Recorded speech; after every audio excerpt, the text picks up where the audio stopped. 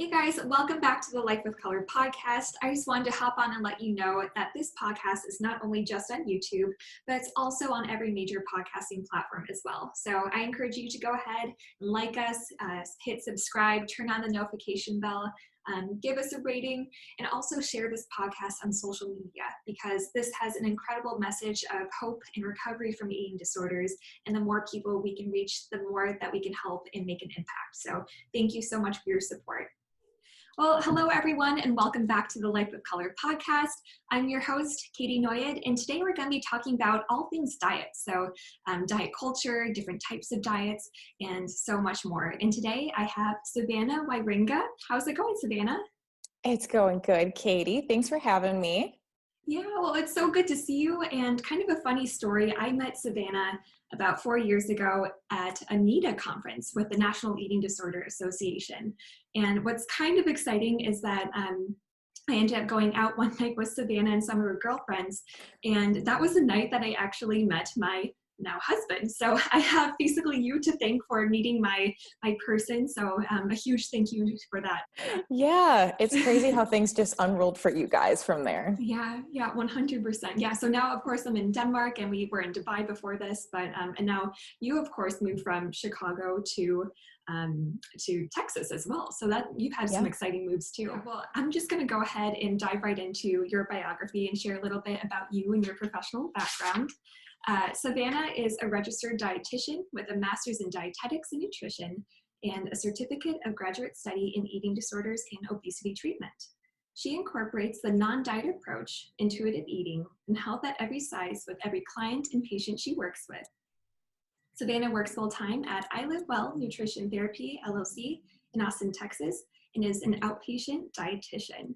So honestly, it's such a treat to have you on the show. And do you want to go ahead and dive right into the questions? Yeah, for sure. Yeah, sounds good. So can you tell me a little bit about your work as a dietitian and how you got started in the field? Yeah, so I knew I knew right away, like when I was a sophomore in high school, that doing eating disorders dietetics was always like the long-term goal for me. So I had my own journey when I was around 13 of just a lot of like body image dissatisfaction. I was doing sports and I always felt like the one that was like outcast, but I grew up on a farm. So I had like bigger shoulders. I was just shaped differently. I developed sooner. And that just led to a lot of insecurities right away. So I had gotten my own, like little outpatient treatment team. And I didn't really jive with my therapist. Like I had a doctor, I had a social worker, but it was my dietitian she was the one that just really changed everything for me. And what I loved about her approach is I'd felt kind of like coddled and like I could get away with things and restricting and all of that with the others. But with my dietitian, Amber, she just didn't take any of my shit. Excuse me. Yeah, no, you're good. You're good. She'd come in right away and said, you're not going to like me very much, and I'm okay with that. But here's your meal plan. And then we started going over it. And I think my approach is a little bit more empathetic than Amber's was, but she was also the first one to tell me, you would be really good at this when you're older. And so that was like kind of what always stuck with me, even through like, biochem and organic chemistry and undergrad when it was terrible. That really pushed me through. Yeah. And now you're working, of course, as a dietitian too. Can you tell me what your day-to-day practices look like and what you do with your clients? Yeah. So day-to-day now, it's a little different because we're still doing a lot of telehealth. So I go into the office on Tuesdays for like a couple of hours if people want to wear masks and, just get out of the house a little bit. Otherwise, I am upstairs in my office. I've got my cat up there, Teddy. So he frequently makes appearances and will just like sit right here. So I'll probably have, a handful of clients during the day. I'll get up around 8 a.m., do a lot of back-to-backs and then get some lunch. And then it's a lot of just charting. And I like to follow up with clients by email a lot. So like a lot of stuff goes on in session, but it's after the session when like a lot of new things come up. So I just like to kind of schedule an email to send or check in with them. But most of our sessions I always say that a dietitian in eating disorders has to have a minor league in therapy and counseling. So I would say a lot of my work is not so much even making meal plans, but doing a lot of like exposure work and kind of fact checking with clients. So I've got a bookshelf behind me that has, you know, all of my metabolism books and nutrition books and chemistry books. And so I'll take a lot of time and like kind of myth bust that way and like say, this is what the eating disorder is telling you is fact, but we also know that we need 45 to 65% of carbs in our daily diet. So this is a diet culture thing. This is not real. This is, you know, the eating disorder spinning it. So that's a lot of what I'm doing. And then always sending follow-up like TED Talks or handouts, things for them to be working on before we see each other next. Yeah, yeah. And would you say this is very different from what your day-to-day would be without Corona times too? It's fairly similar, but I feel just so much more at peace doing telehealth because you can wear yoga pants when doing telehealth. You can also have like your fur babies running around you. And there's just something about like, if you have 10 minutes in between session at home, you come downstairs, you let the dogs out, you put your coffee in the microwave. But when you're at the office, it's like, you know, you get to talk with friends, which is great. But the like downtime and my introvertedness just likes having that 10 minutes of recharge time with my dogs. Yeah, I can completely understand that. I don't have animals here, but I think they kind of get brought up on every single episode of this podcast. Like somehow it's like, oh yeah, I love dogs, or like, oh, yours are the best, but hers really are the best. So, and later on in this episode, she's going to share where you can follow her and check out her dogs, definitely. You can see them. Yeah. Well, something that you've mentioned is that your diet or your dietitian in the past, she didn't take any crap from you. And I had the same impression with the dietitians that I worked with when I was in treatment. And I remember the first day that I had my intake evaluation, I met with a dietitian and she asked me the question, how much do you think you should weigh? And I gave her my answer. And then she just looked at me point blank and said, yeah, that's not going to happen. And I was just so taken aback, like, whoa, okay, my life is about to change drastically. Okay. And then the next thing she said was, okay, well, what's a food that you wish that you could have, but you never allowed yourself to eat? And at the time, it was Snickers. And today, I still really love Snickers. I think it's just like a perfect chocolate bar where you have, you know, there's obviously chocolate and sweet and a little bit salty. And at that time, that was such a trigger food for me. And I told her, yeah, Snickers would be the food. And she just looked at me and said, I want you to live a life where you can have a Snickers every single day for the rest of your life, if that's what you want. And at the time I was like, God, this is such a crazy woman. Like, there's just like no way that's a possibility for me. But, you know, today, 6 years into the future after that point, you know, I think I probably could have a Snickers every single day. But the crazy thing is that, you know, I no longer want that. When you take away the power or the morality of foods, it just opens so many more possibilities for you and lets you live a life that's so much less constricting and a lot more freeing as well. So I have such a huge respect for what you do. And another thing that you mentioned was the myth busting background too. And from my experience with having had an eating disorder and working with nutritionists, they were always the one who would do fact checking, and they would always have like a logical like rebuttal for any eating disorder thought I would have. So today I thought we'd play a little bit of a game where I would tell you, I'm a client right now, and I'm going to mention a few different like diet culture messages that might be a little bit triggering, but Savannah's going to do a great job of explaining why these are incorrect and the science behind that. So are you ready? I am ready. Let's do it. Cool. Okay. So for weight loss, you should eat 6 small meals a day. Not true. Eating like 4 to 6 meals a day is actually recommended, but not for weight loss, just because that's what our body biologically needs, because our stomach is emptying every like 2 to 4 hours, depending on what you have before that. So once we reach that like 2-hour mark after a snack, it's time to eat something again. So the whole diet culture thing has turned the 3 normal size meals and 3 snacks into let's restrict it to under X amount of calories, get rid of this food group. Like there's always caveats that go along with that 6 meal a day thing. So it's just not true. And again, it's taking that like what is needed for normal life and normal metabolism, and just completely hijacking it into something it was never meant to be. Mm-hmm. I remember also there was a nutritionist who told me about like the stomach.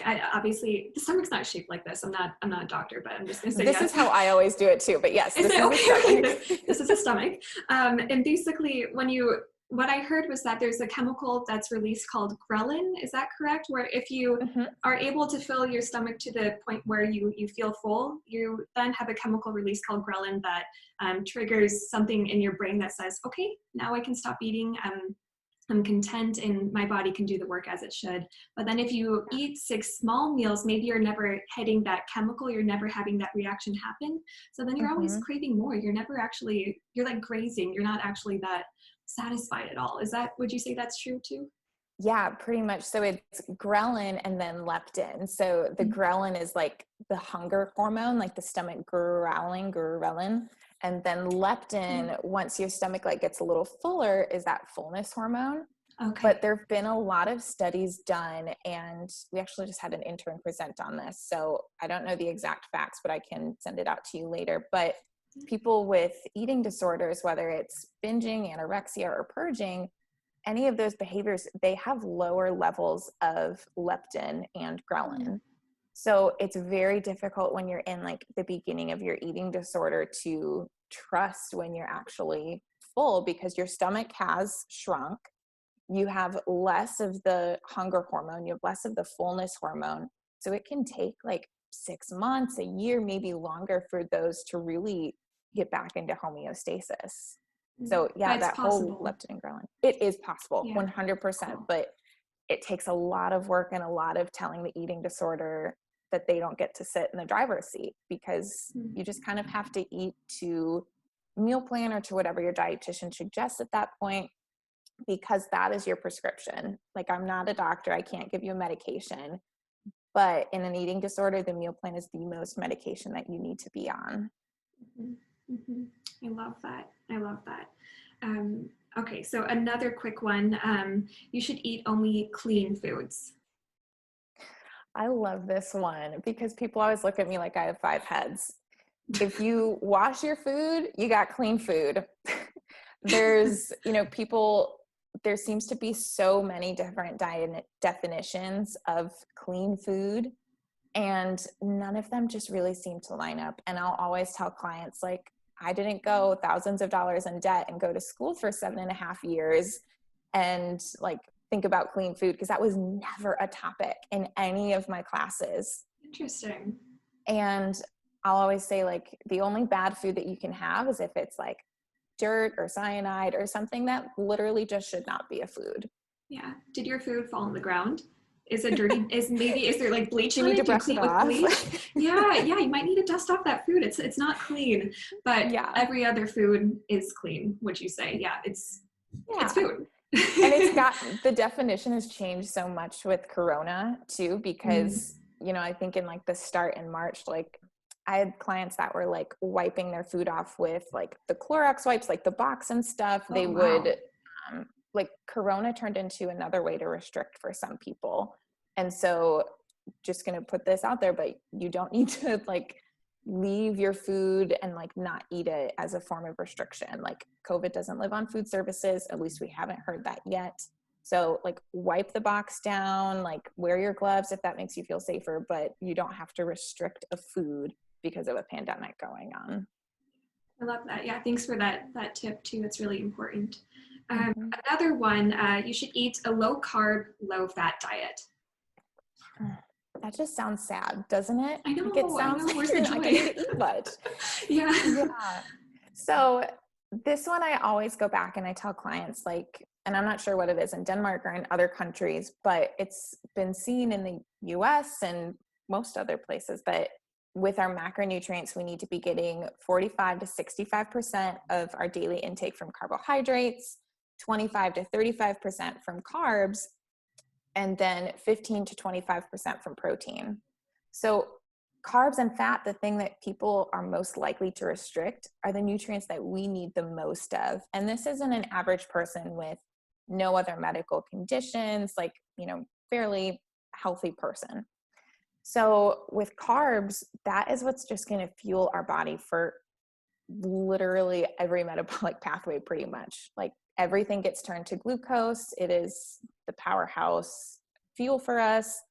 Fat also in beta oxidation, which gives us more energy, especially in like long-term exercises. Like if somebody was hiking up a mountain or doing like cross country, they're eventually going to need fat stores to help them keep that energy up. So it's so important that we have those. And whenever we're cutting something out or eliminating a food group, a food, and eating time, we're setting ourselves up for restriction, that disordered eating to just kind of creep back in. Yeah, interesting. Another one that I hear a lot is you should not eat after 7, or sometimes it's 6, sometimes it's 8. It's kind of like whatever time you see in an article. But what's your thought on time eating and that kind of stuff?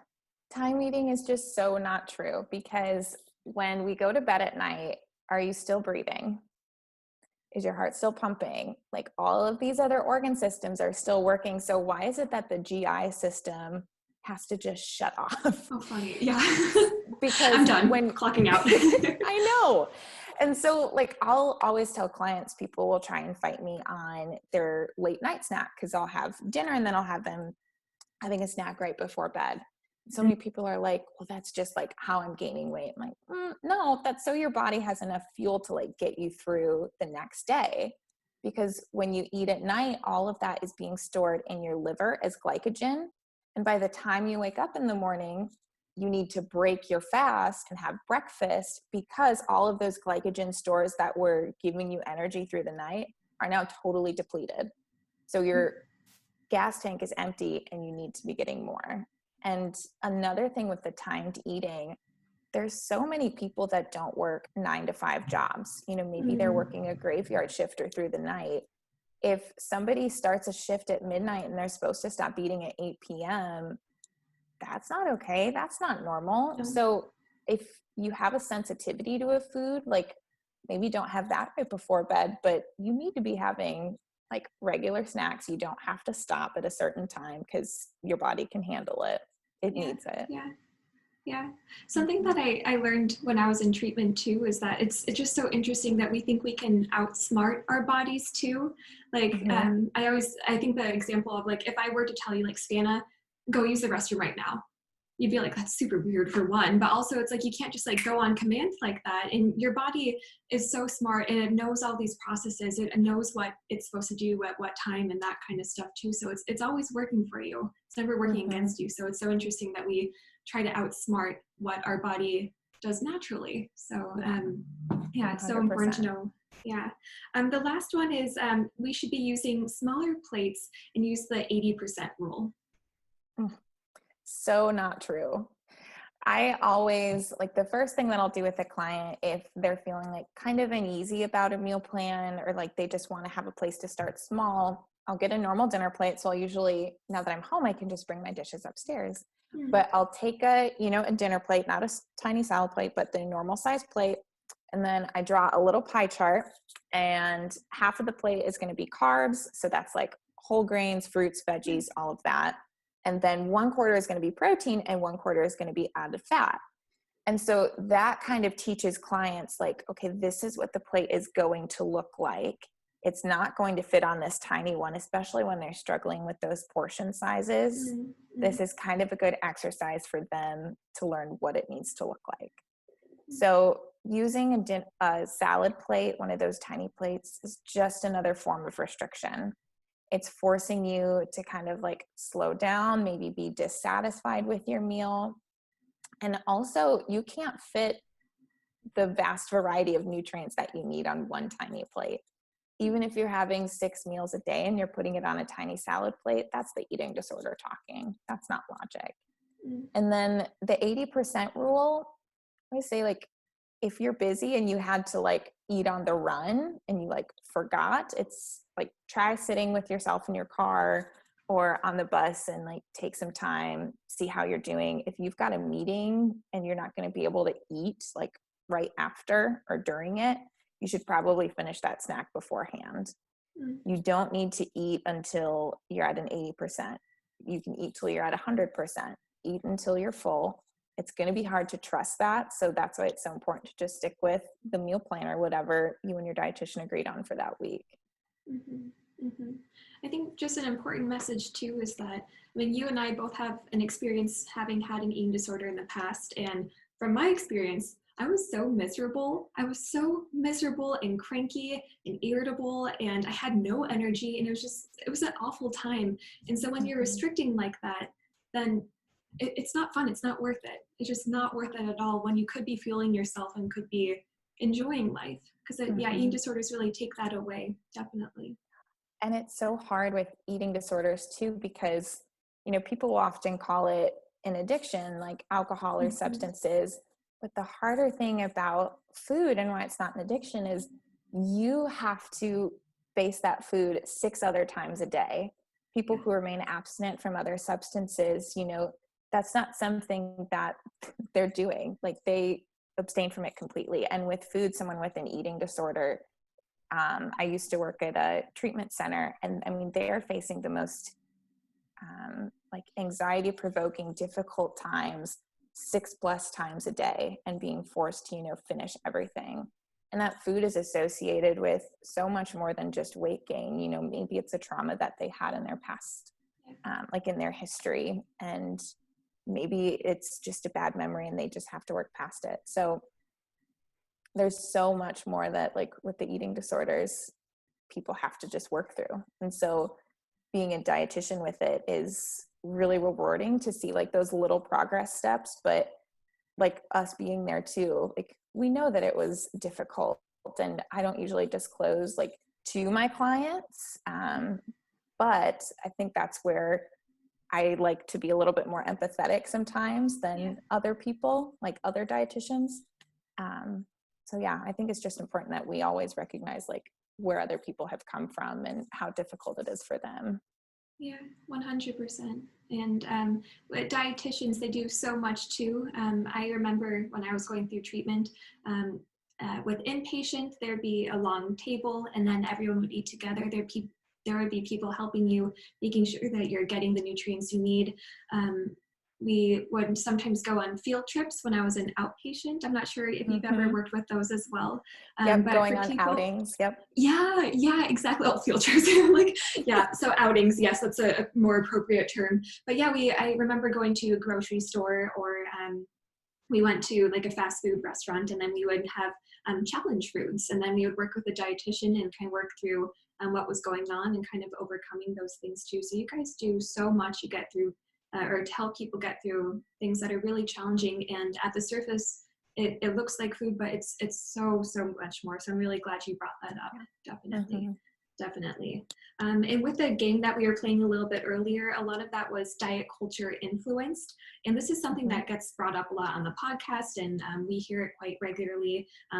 For you as a eating disorder professional, where or what is diet culture, and where does it come from? Yeah. Diet culture is all around us. So diet culture is going to be things like, if you go to a grocery store and see the supplement section, and they have a lot of claims on there, like for weight loss, they're diet pill companies. It's things like, what are those like weight loss things that are on commercials, like Jenny Craig, Weight Watchers, like that is diet culture. Any food that you see that says like 70 calorie, low diet food, like that is also diet culture. Any doctor or medical professional that is like promoting a weight loss plan for you in a hospital, also diet culture. Something interesting too, I had a client who's exploring being more comfortable, like not being in her eating disorder body anymore, but being in like more healthful body. And the pictures that she's seeing on Pinterest, like trying to find fashion, the fashion industry is only putting out those size 2 things. Like, she even looked up like her new size now, like, you know, curvy woman sizes, and they aren't out there. So that's also diet culture influenced. Mika's on, or is that her name? I can never say it right, but she's on like TikTok and Instagram, and just went to the New York Post saying how she was getting banned on TikTok and getting banned, like her videos removed, because she's in just a curvier body. So like accusing them of being fat phobic. So I mean, It's all around us. Yeah. It is the calorie counting, it's gyms and health clubs, and it's a $72 billion a year industry. And that was just in 2019. So I know that with COVID, this had to be getting worse. In Austin, there is this commercial that keeps coming on for like a juice cleanse, and it just like, oh, it's like nails on a chalkboard for me. Like, who paid to let this person advertise this on the radio? Like, I always thought the radio was like my safe space. I love AM radio, and I can't listen to it the last few months because it's just all about like lose the COVID-19, which is just right. this. Yeah. Yeah, I know it's been a really big issue with the pandemic as well. And I know from my experience, I was feeling a little bit triggered because of all these messages we're hearing. The lose the COVID-15 or the COVID-19, whatever some they think is acceptable. So diet culture is seriously all around us. And another question I have too is that sometimes there are articles that we come across and they claim to be written by nutritionists or doctors, and they're promoting diet culture. Can you speak to this divide at all? Because of course we know that it's kind of a counterculture to reject these diet messages, but can you speak to that at all? Absolutely. So it's so hard with the media, and I have a few like pointers that I will always give clients and to my family members too, because I'm sick of getting keto links from my aunts. Oh my so gosh. I'm just like, I'm like, these are the bullet points. Pay attention to these, and also stop it. But I'll always tell people like it should be written by a dietitian, and a dietitian is going to have someone with the letters RD, RDN, LD, LDN after their name. Because dietitians are the only ones who can really give that sound nutrition advice. Like doctors present a lot of nutrition information, but when I was in school, we were learning that it might have changed now, but doctors only had one elective class of nutrition that they could take. And yet there's so many physicians who are like writing books on diet culture or certain diets. So I always say, look, make sure it's by an RDN. However, look up that dietitian because they might be sponsored or be getting funds from a certain diet or company. Also looking to make sure that there's a research article. Does the research article have limitations in the study? So looking for, was it a small sample size? Was it only people assigned male at birth? What was the ethnicity of the people? So all of those different things, keep in mind, kind of put them all together, but then always contact a health professional like a dietitian if it still seems uncertain, because there's so much just crap on the internet that's so influenced by diet culture, even by people who, might claim to be helping you. Yeah, that's so interesting. I do see parallels with I don't want to get too political right now, but I think it's always important to get more than one source when you are hearing something that's just happened too. So if you're only getting one exact source of information, then it's so important that you as an educated adult are able to filter through that and say, okay, what's the actual science showing? What's the best for my overall wellness too. So using discretion when hearing all these things is so important. Can we talk a little bit about different diets and how they affect the body? I'm thinking of like the Atkins diet. There's the paleo, or like the caveman diet, where you like don't eat for hours and then all of a sudden you overeat on like meat or something. I haven't checked into it myself too much. But can you speak to how these diets are really affecting one's body and one's metabolism? Yeah. So, I mean, the big point of all of them is that they're all a form of deprivation. If something, like I'd said earlier, if something is telling you to cut out a certain food group, if it's telling you to restrict a time of eating when you're actually hungry, don't pay attention to them. They're not worth your time. They're harmful to you. So it's with things like the keto diet, like that is something where you're putting yourself into a state of ketosis. And you go into ketosis when your body doesn't have enough carbs or glucose to run off of. And your brain can actually only run off of glucose. So when we're going into that ketosis, your body has to turn fat into ketones, which are a really acidic thing to be in your body. And it's what's like being the pseudo energy for your brain. But it's so dangerous. And especially if someone is a diabetic or has underlying health conditions that they might not know anything about, they could end up in the hospital and very, very sick. Low carb, anything where you're restricting carbs or counting carbohydrate grams, you're putting yourself at a big risk of passing out. It's very dangerous because you could go into that ketosis even if that's not your goal. We're looking at low bone density, people getting fatigued, cold intolerance. I mean, they kind of all these different diets start with different characteristics, like different modes of restriction, but they ultimately all end with the same thing, which is malnutrition.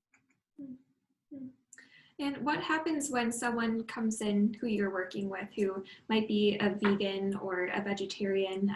Can that sometimes be eating disorder influenced, or are you able to work with the client and kind of figure out what's best for them in that way? It's really hard to say. If somebody wants to be vegan, vegetarian, pescatarian, go ahead, absolutely. But if you're doing, veganism right, you shouldn't be losing tons of weight and in a state of malnutrition, cold all the time, getting headaches. Like that's when it's taken too far. There are treatment centers now that are actually doing like vegan, vegetarian meal plans, which before like vegan was out of the question. So it's possible. And there's so many like ethical and like economic, like our sustainable practices associated with it that kind of lead to people starting it. Yeah. So I'll often ask clients to start like, okay, what was your motivation behind going vegan? And, some people, it will be like, they love animals. It helps them, I'm losing the word, like recycling the sustainability. And then other folks, like the first time they learned about it was on an Instagram story of somebody who had lost weight. So for some people, it's like, okay, at this point right now, like we need to weight restore, we need to get your body nourished. Veganism might not be the best option right now. Can we add in fish and eggs? If we add in fish and eggs and that doesn't work, maybe we need to start adding in some other things just until their bodies can be nourished and taken care of. We can talk about it later, but right now we just got to get you the energy that you need. Yeah. Well, it's great that you're able to work with people too, but ultimately the goal is to make sure people are well-rounded with their health and that they're not restricting. So I think that's so important, and it can be a slippery slope as well when doing any type of restriction. Another interesting thing is that despite the overwhelming flood of diet culture messages, research shows that diets really don't actually work. And studies show that 95% of all dieters will regain their lost weight in 1 to 5 years. Dieting is associated with greater weight gain and increased rates of binge eating. And one study even said that, quote, dieting may in part be responsible for the current obesity pandemic, unquote. Can you speak to those studies and what's your take on them? Yeah, so a really good YouTube clip on the study that you had sent me, Evelyn Tribole and Elise Resch, they're the authors of Intuitive Eating. I believe it's Evelyn. She's got this great 5-minute video talking about that study and how harmful diets are. Because the fact is, diets have a 95% failure rate. If we had a medication that had a 5% effectiveness rating, we probably wouldn't take it. So, but why are we going back and continuing to do these diets? They make money off of us failing at something that our bodies just cannot do. So with that study, it was looking at and had seen that they looked at the identical twins and had seen that the twin who had dieted more in their life, the more intentional weight loss attempts that they had, the higher that their body weight was. And, it's the opposite effect. And it's so hard. I'll work with clients who have eating disorders, but also people just trying to heal from years and years of dieting. Mm-hmm. And the hardest thing for them is accepting that, like, look, this thing failed you. It did not do what you wanted it to do. Like, there is a better way. Let's look at that. Let's poke holes in what is wrong with this, because you didn't do anything wrong. You did not fail. This company that profits off of you being unsuccessful and then getting new add-ons or subscriptions is what failed you. Yeah. So, it's caused a lot of our bodies to change. And I remember there being a documentary we had watched in grad school on the French paradox, talking about where, there was a lower correlation of eating disorders, like lower numbers there, but people were also like free to eat like the high dairy, high fat foods like cheese and cream and pastries, and they just didn't worry about it. So I often like think back to that and wonder, like, what would it be like in America if we just allowed all of those foods and people were just comfortable with that? But we can't do that because of the diet culture society that we're living in. Yeah. Crazy thought. If everyone right now could just get rid of diet culture and live in a world that would be similar to this French paradox, couldn't bodies kind of go back to a different state, would you say? Or what would be your stance on that, or your understanding? I feel like there would just be so much more freedom in how people looked. There's a great video, if you Google poodle science, where it talks about poodle science. Okay. I adore it. So it talks about how, like, a poodle is always going to be a poodle. You can't make a mastiff turn into a poodle, which is kind of saying the same thing for us as humans, at least like in different parts of the world, like we all look different. It's not just our skin color, it's our body shape too. And if we have somebody from, like me, like a Midwestern girl in a farming town with broad shoulders and, really big quads, I'm going to look very different from somebody in, I don't know, like in a beach body on a coast, like who surfs all the time. So that poodle and blue mastiff are not going to look the same. Yeah. So I think that if we could get rid of diet culture completely, there would just be more acceptance of what is beautiful, and recognizing that you don't have to be that size 2 beautiful. We don't need to be that poodle. We're going to be a mastiff. We're going to be a Pomeranian. We're going to be a corgi. So going back to the dog thing. So I think that would be a great video for people to see, and it's illustrated and it talks about dogs. So it makes it much more simpler and fun to understand. That's fantastic. Yeah, wow. I'll definitely have to check into that as well. And it kind of segues really well into the set point theory. Are you able to speak a little bit about that? And do bodies have a set point genetically? And what's that about? So the set point theory, it used to be called set point weight, but it's really a set point weight range. So what that means is that when we are not dieting, we're not restricting, we're allowing our bodies to eat when we're hungry, and we're getting some movement in that's fun for us, we're going to stay within a certain range.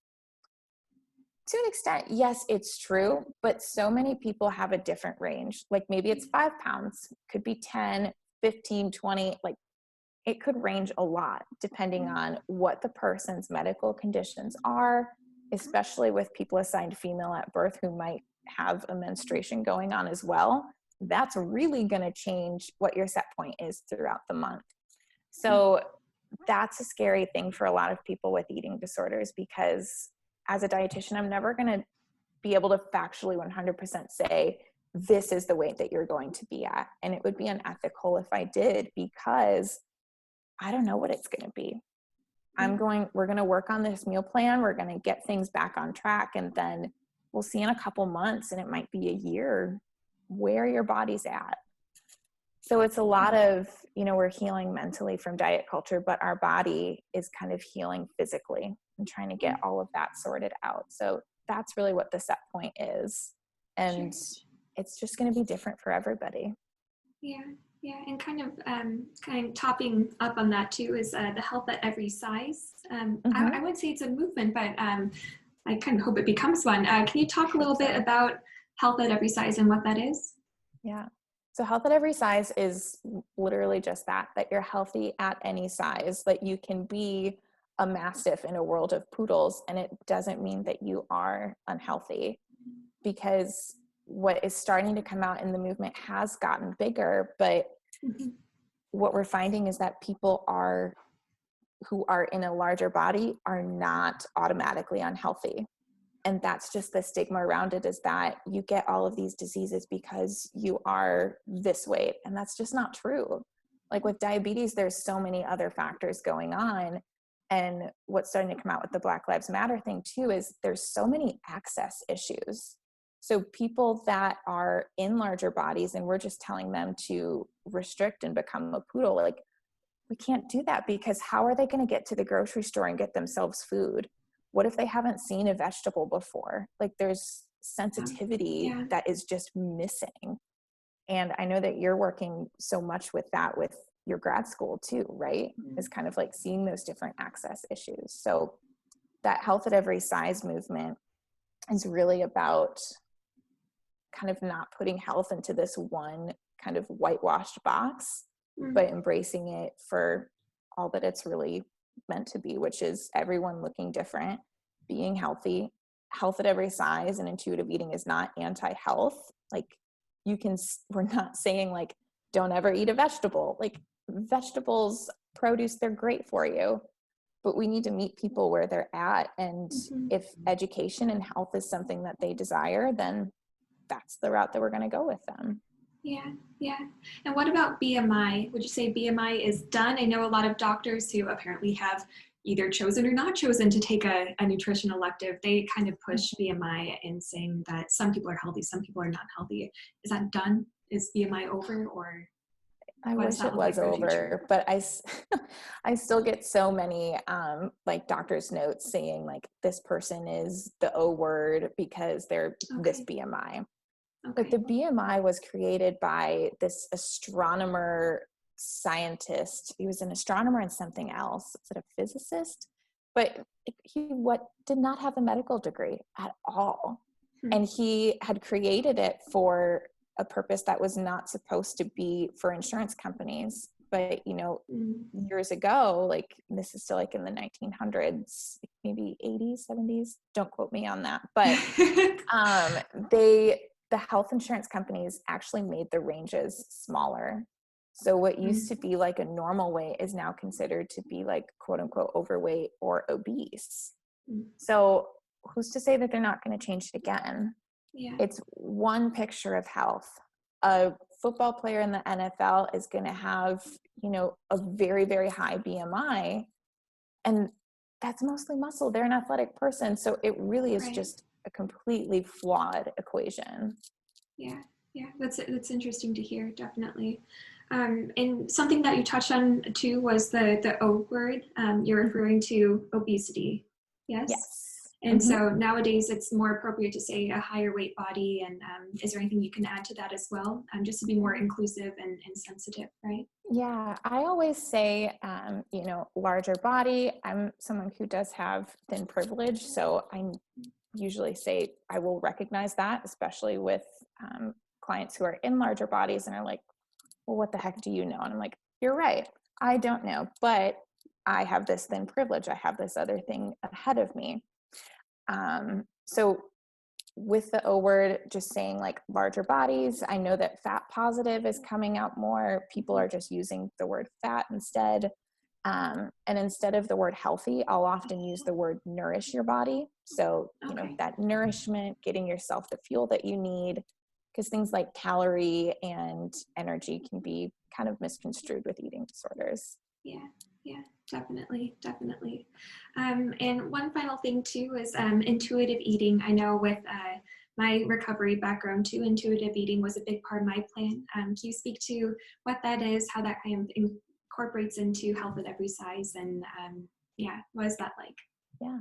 So intuitive eating is a movement that was established by Evelyn Tribole and Elise Resch, and their book, they just got the new edition out, is fantastic. So the goal of that is to just trust your body and, eating when you're hungry, allowing yourself to eat for emotional reasons if that's what you desire, And there's often talk like, yes, this is the goal, like end goal in eating disorders. And I'm doing a lot more work with that in an outpatient setting. But I mean, it can be started on as early as residential. Like I said, you can't trust those hunger and fullness cues, but intuitive eating has 10 principles. And the first one is reject the diet mentality. So, I mean, you can't accomplish all of those 10 principles, but by golly, you can start right away rejecting the diet mentality, rejecting those thoughts that you've been told over and over again. And there's different pieces to work with. And intuitive eating is not like a train ride. Like, it's not just going to stop at step 10. A lot of times for everybody, we're just kind of going in a cycle of it. So we always, because we live in a diet culture world, always need to go back and reject that diet mentality. We need to be more sensitive to our movement and knowing that I don't have to exercise in order to have permission to eat this Oreo later. And it's so important to know too. Do you have a final message that you'd want to share with listeners in the United States or anywhere around the world when it comes to diet culture or overall wellness? Yeah. Well, I think my biggest message is just work on naming it, because it's so hard in the society that we live in to like call out what is wrong and what is harmful to us. So like when you see something on the TV and it's another weight loss commercial, being able to out loud name like, this is wrong, this is diet culture, that helps a lot. And if you're unsure about it, or if you feel like you've got a lot of these like uncertain beliefs, like meet with a dietitian, see a therapist, somebody who is intuitive eating or just health at every size inclusive, and just try and get those answers that way, because sometimes the internet just can't rely on it. No, yeah, 100%, 100%. And you do such great work, Savannah. And if our listeners want to find you and the work that you do, maybe see a cute dog, where can they find you? You can find me. I'm on Instagram at the _savvy_dietitian. So you can find me on Instagram. I'll post my dogs and stuff all the time. And then our website is I Live Well Nutrition. So we're in Austin. Our director, Adrian, posts blog posts all the time that are very, very helpful. So that's where you can find me.